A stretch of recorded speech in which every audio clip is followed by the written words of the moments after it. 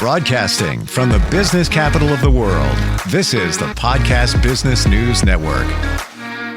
And welcome back, everybody. I don't know what's going on or why this is still the way it is, but it seems that ever since COVID came and went, the levels of anxiety in our society have been elevated substantially, but nothing has changed. In fact, it's getting even higher in terms of people dealing with anxiety. We're going to talk about that today with somebody who helps people move their lives through those challenges and so much more. She is the woman behind Counseling and Shifting Perspectives Group, and she's back with us. Yvonne Lee joins us once again here on the program. How are you doing today? I'm well, Steve. How are you doing? Fantastic. And I'm very gratified that we're talking about this because I'd have to say, if it's not ourselves, we know somebody who has anxiety. And I think anxiety is normal for everybody, but I'm talking about higher levels than what would be considered your average amount of anxiety. Are you hearing that from people that you work with?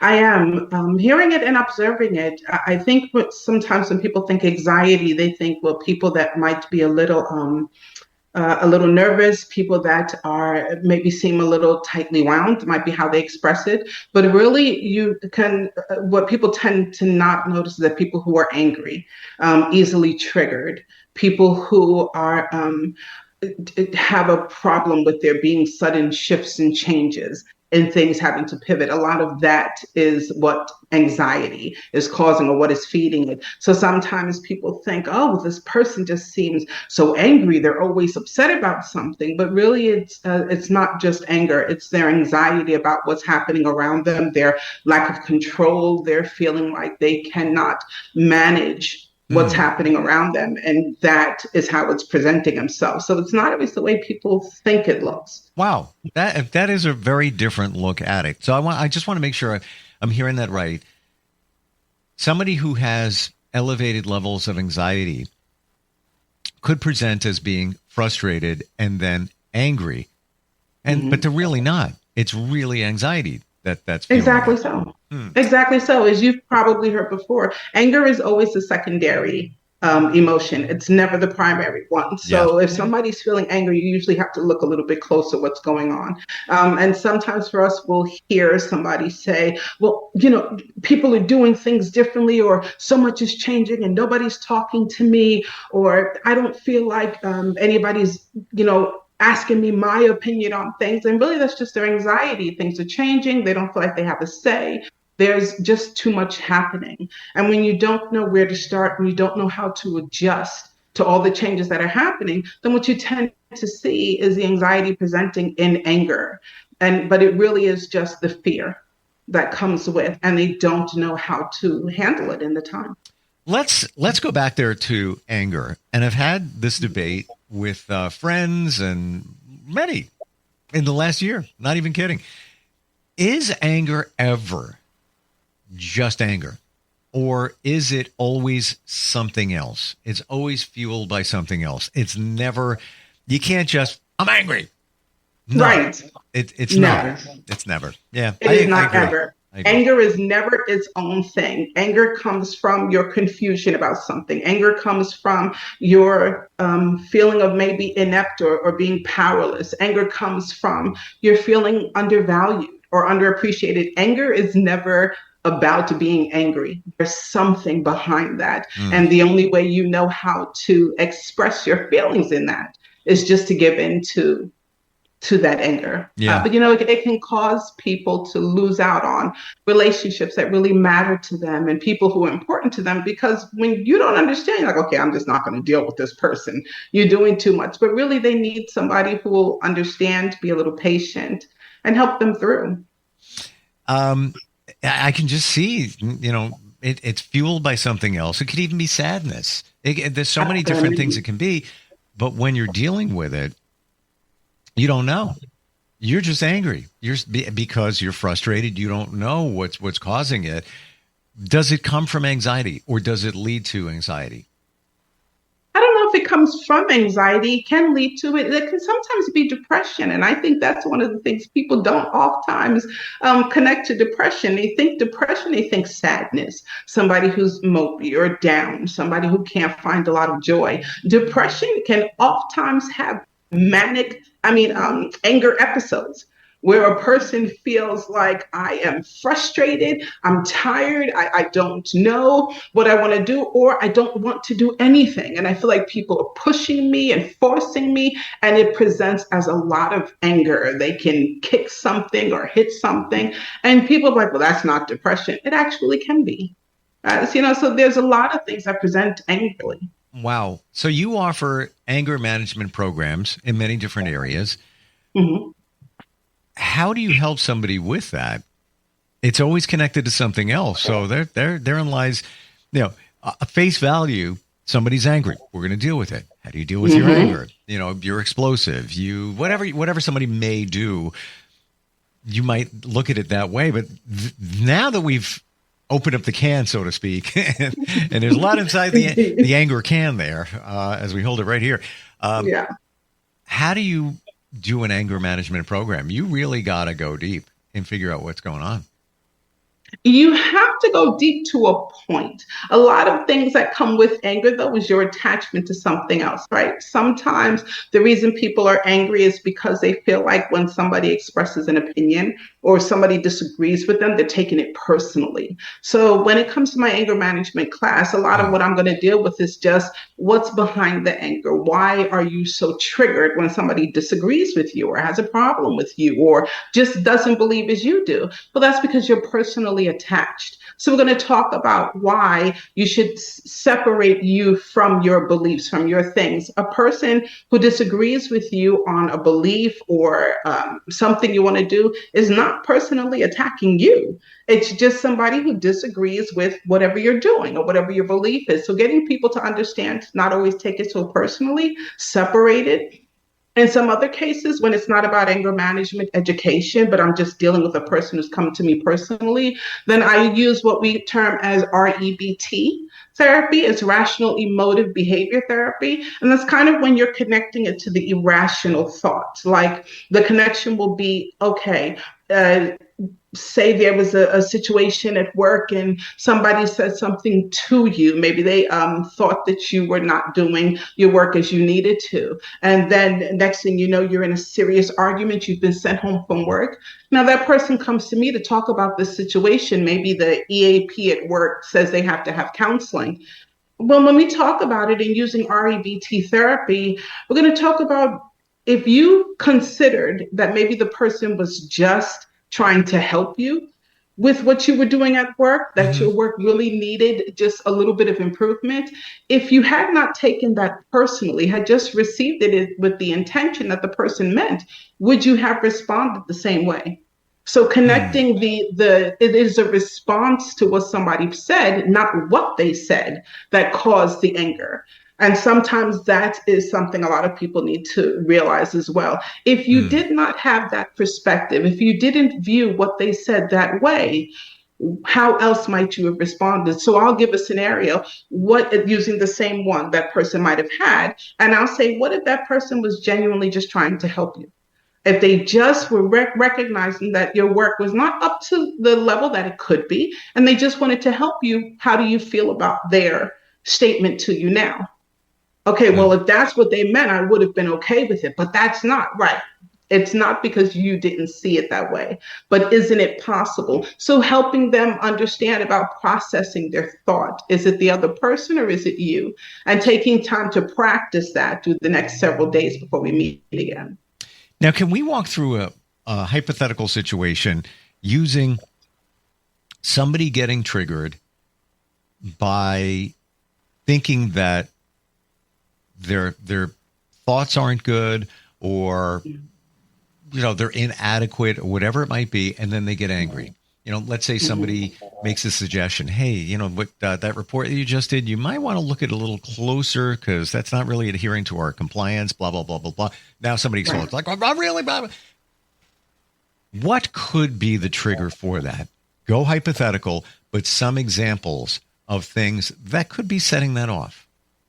It could be that in their life, maybe with their family, they were oftentimes criticized for things that they did. That could be part of the trigger. It could be because somebody, maybe in a previous job or some situation where somebody they valued and respected, told them that they were not up to the task, right? Maybe they wanted a promotion, or maybe it was some position they were going for, and somebody told them, well, you're not qualified, or you will not be capable. There could be a lot behind that. The triggering could be, it's usually because it's hitting a wound, it's something undealt with.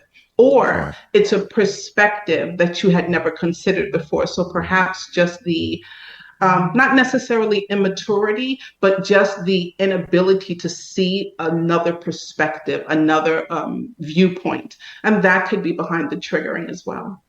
Could it even be somebody's childhood and it's still sitting in them? You know, let's say dad would always or often say to a child, yeah, I did a great job.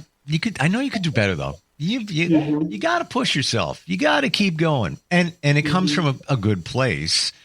But child A, it might roll right off their shoulder, no problem. Child B, they internalized it. And now they have that feeling of not good enough, which is kind of classic for all of us. I believe everybody's got some form of that in them to some degree in some different area. Absolutely. I don't think that's escapable. No. But that one, those comments from dad back in the day, you were 7, you were 8, whatever. That could be something that triggers somebody's anger when criticized. Our childhood shapes us. Yeah. I mean, you want to say when you get to the ages of 30, 40, let alone 50, and you think, well, your childhood should not be an issue anymore. Your first understanding of who you are, your first understanding of the value of the person you are, your intelligence, how important you are to other people. All of that starts with your family, the first people who are supposed to love you and adore you. And if you felt like you were not appreciated, you didn't fit in, it stays with you. And it's possible that you will go on to become educated and have many achievements, but there will be something somebody says that triggers, and it just brings it back instantly. And that's the problem with triggers. It can take you 20 years in the past, and you thought, why is that affecting me? Because it was never dealt with. Yep. It always hurt. You just moved beyond it. You used your strength, your achievements, you moved beyond it, but you didn't forgive your father, whoever, your aunt, for saying it. You did not understand or come to appreciate that maybe they didn't mean that. Anything you don't deal with will come back at some point. It's still there. Let's talk about it. Let's deal with it. Let's forgive. The fact that person said it in the same household could be 2 different children. One child who is negatively affected by what that father might have said, well-intentioned or not, is dealing with it. Dad was always criticizing me, and the other child would be like, yeah, but he didn't mean anything by it. That's just the way dad was. Same house, same father, same raising. Yeah. It is a matter of how you perceived it. So if you haven't dealt with it, again, forgiveness or moving beyond, if you haven't really accepted it, right, and moved beyond it, then it will come back, and now it's attacking you. Now it's shaping itself and showing itself in your relationships and things people say, and they're surprised why you're suddenly, wow, where'd that come from? Unhealed, undealt with. Isn't it amazing when you figure this stuff out, and obviously you're certified for sure, but looking at how many relationships are destroyed, families are ripped apart, crimes are committed. Yes. On and on and on and on and on. And it goes back to childhoods and those things. And I don't, you can call them wounds, but they could be just scenarios that you could have you could have a wonderful childhood. It was fantastic. Absolutely. But you heard a comment or two that might not have even been for you. Right. Walk past the kitchen. But you heard something. You remembered it. You internalized it. You were just one of those impressionable kids. Now you carried it with you your entire life. Now you've got divorced. Then you're under the second marriage. Now that, maybe it led to cheating, whoever knows, whatever. Now that family's ripped apart. I don't want to minimize just because of this thing in your childhood that you didn't identify, but that's pretty much what it is. Absolutely. And it doesn't matter that it was in your childhood. You know, like I'm with you. Many people do push it to the side. That was long ago. That's not the problem. And they tend to say that about therapists, right? You always want to talk about my childhood or blame my parents. It's not a matter of blaming, but so much of who we are came from there. And if there's anything that is irrational, if there's sudden explosive emotions that just don't fit the situation, then where did it come from? And usually that is a pokey weed, and you dig deep, it's settled in something. There's a bitterness, there's a hurt, there's a wound, something deep you never dealt with, and it's showing itself. And the people who struggle with it hardest are people who refuse to see that's something that happened in the past. Whatever it is, if you think I'm strong, I've dealt with it, I've moved beyond, but you still have moments where your emotions completely overtake you, you are not dealing honestly with your past and your feelings. And all you're doing is leaving a space for it to continue coming up, continue invading your life and invading your relationship. Like a weed. Like a weed. And that's exactly what it is. You have to dig deep and get it. You cannot cut it off at the top. It's coming back every time. And I work so hard. And the reason I went into this, because there's so many people who are stunting their life, stunting their joy, stunting their growth, because they refuse to just admit, I have some things from my past that I'm still dealing with. I just want to talk about it. And I tell people that all the time. I don't go to therapy. Therapy is just, like I said, just a good friend that you can talk things over with and who will give you another perspective. That's all. Come in, let's just talk. It's just somebody that you can throw things back and forth with. I'm going to hear you without, judgment. Yeah. Let's just talk about it. It's basically the person talking about it and having the aha moment eventually. Exactly. Maybe you're asking a question or two and it's like, oh, well, I never put that together. And quite honestly, that way. Now that I understand this and have honestly studied it in my journey, I see it for what it is, not only in my life, but others. And I don't judge anybody, but I try to figure things out. Why did that happen? How did that transpire in their relationship? You know what? Maybe it's that. I don't know for a fact. I can say I was in a relationship many years ago, and who I was with always wanted to have confrontation. Pretty much everything. And then, some of the more important things, it was more of a fight. I'm chill. Right. This is it. I'm low key.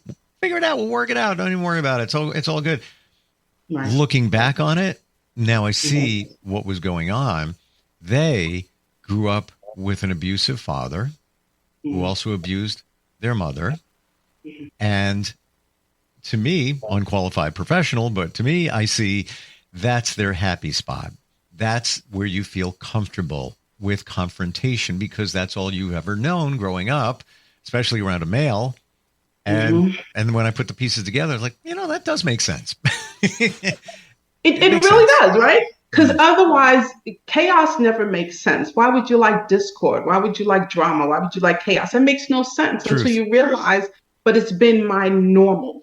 Right. And once it becomes your normal, anything outside of that, to have a man treat you differently, to have somebody say, well, all right, we can talk about it. We can discuss it. I don't know what to do with you. It's foreign. It's foreign. It's uncomfortable. And what do we want? We want to feel comfortable in everything. That's right. Why does fear come up? Because it's uncomfortable. So you gravitate away from it or change. Why? Because it's uncomfortable. Why do they have comfort foods? Why do people gravitate toward mac and cheese? Because it reminds you of your childhood and it's comfort. So once you get out of the comfort zone, like you said, this is foreign. It may be the best thing in the world for you. Let's say somebody that wants to take care of you and not fight, but you don't know how to deal with it because you never dealt with it, essentially. And then you talk about the anger coming, right? That's going to go right to there because you're confusing me. I feel like you're pushing me. I feel like you're trying to change me. I feel like I don't controlling know what to me. do with this. Controlling me. I feel you took my power from me. I have no control. Now I'm mad. Because I don't know. And the sadness of that is That person realizes that what you're doing is not harmful, but I don't know what to do with this. So I'd rather push you away or force you to get angry because that I know. Right. And again, they're missing opportunity for the peace they're entitled to. And that is a constant sadness. And it's such a brave thing when somebody steps forward to say, I'm dealing with some things. I've been angry for a while and I don't know what it is. And I really just want to get answers. I love that. That is powerful.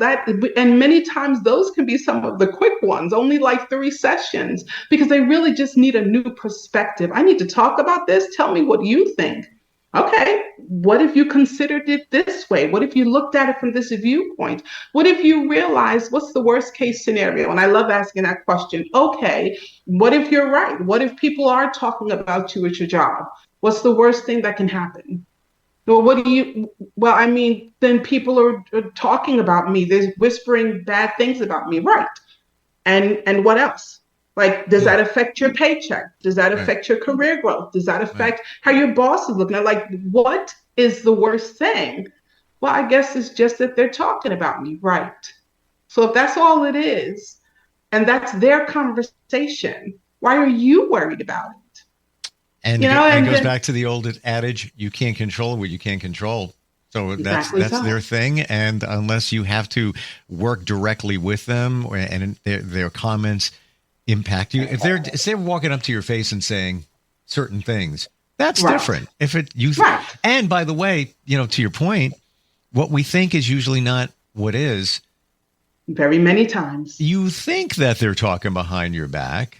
Right. You don't know that they could be impressed by you. They are talking about you, but they're talking about your achievement. They're talking about the strengths you bring to this job. They're talking about how you always say just the right thing during the meeting. You think they're talking about you. They are.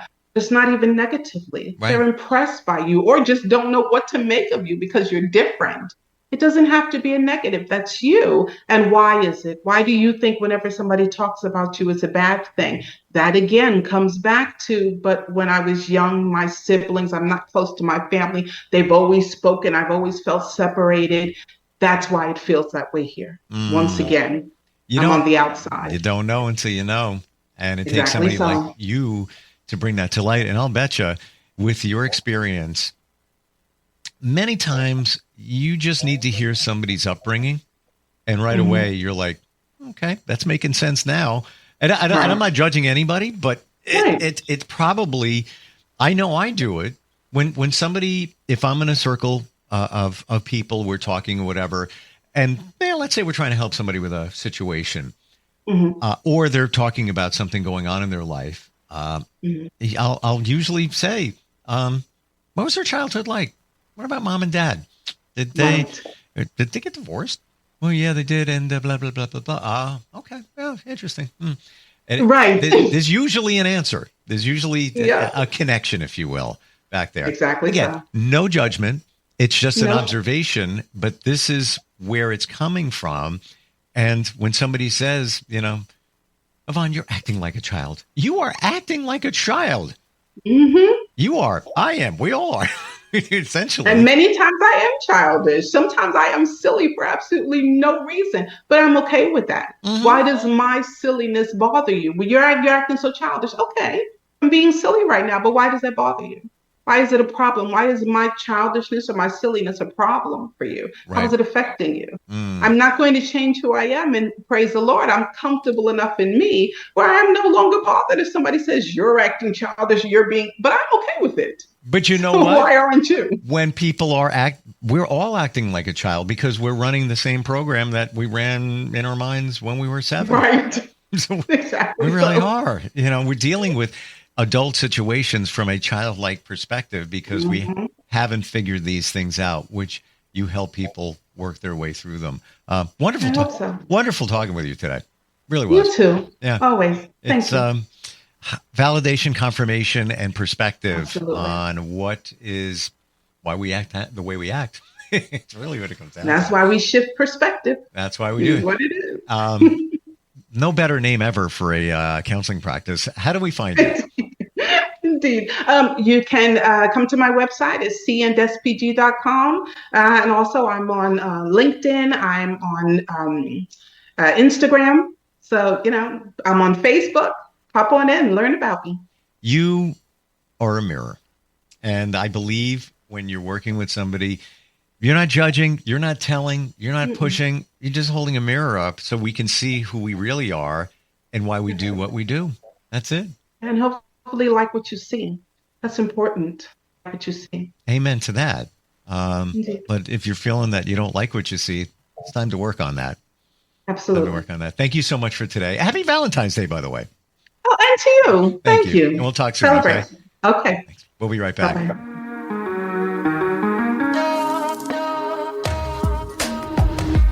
Broadcasting from the business capital of the world, this is the Podcast Business News Network. Adopt US Kids presents Multiple Choice Parenting. Your daughter just had her first breakup. Do you A, put yourself in her shoes? How could he do this to you? And for Sheila, she has split ends. B, console her? Oh, sweetie, this is going to happen a lot. 4, maybe 5 more times before you get married. C, take charge? Got to get this all straightened out. Give a little talking to, man to man, mano a mano. Hey, Steve! It's now a good time? No? Okay, no problem. Bye. Or D, help her find a new boyfriend? I know a great place to meet boys. The internet. Nice, single boys. Never mind. How about some ice cream? As a parent, there are no perfect answers. But you don't have to be perfect to be a perfect parent. Thousands of teens in foster care will love you just the same. For more information on how you can adopt, visit adoptuskids.org. A public service announcement from the U.S. Department of Health and Human Services, Adopt U.S. Kids, and the Ad Council.